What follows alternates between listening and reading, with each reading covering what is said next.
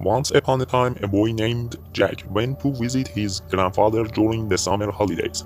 He always played with his grandfather. One day he told his grandfather, "When I grow up, I want to be a successful man.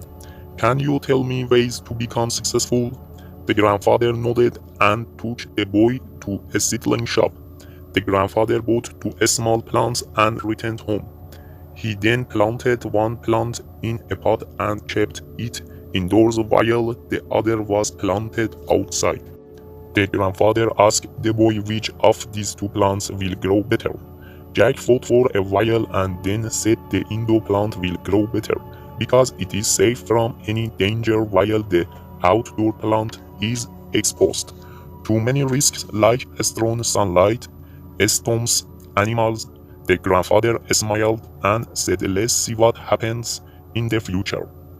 After Jack left with his parents, 2 years passed and Jack came to visit his grandfather again. When Jack saw his grandfather, he said, "Grandfather, last time I asked you for ways to succeed, but you didn't tell me anything.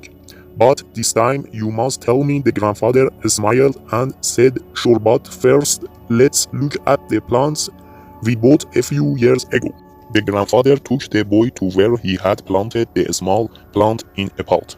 They saw that the plant had turned into a tree. Then the grandfather took the boy to look at the plant they had planted outside. The grandfather looked at the boy and asked, "Tell me which plant has grown more? Which one is more successful?" Jack replied, "The one we planted outside." "But grandfather, how is it possible? That plant faced many dangers and yet has grown so much." The grandfather smiled and said, "Yes, the outdoor plant has grown more. Facing many things and dealing with problems had its benefits. The outdoor plants also had the freedom to spread their roots as far as they wanted.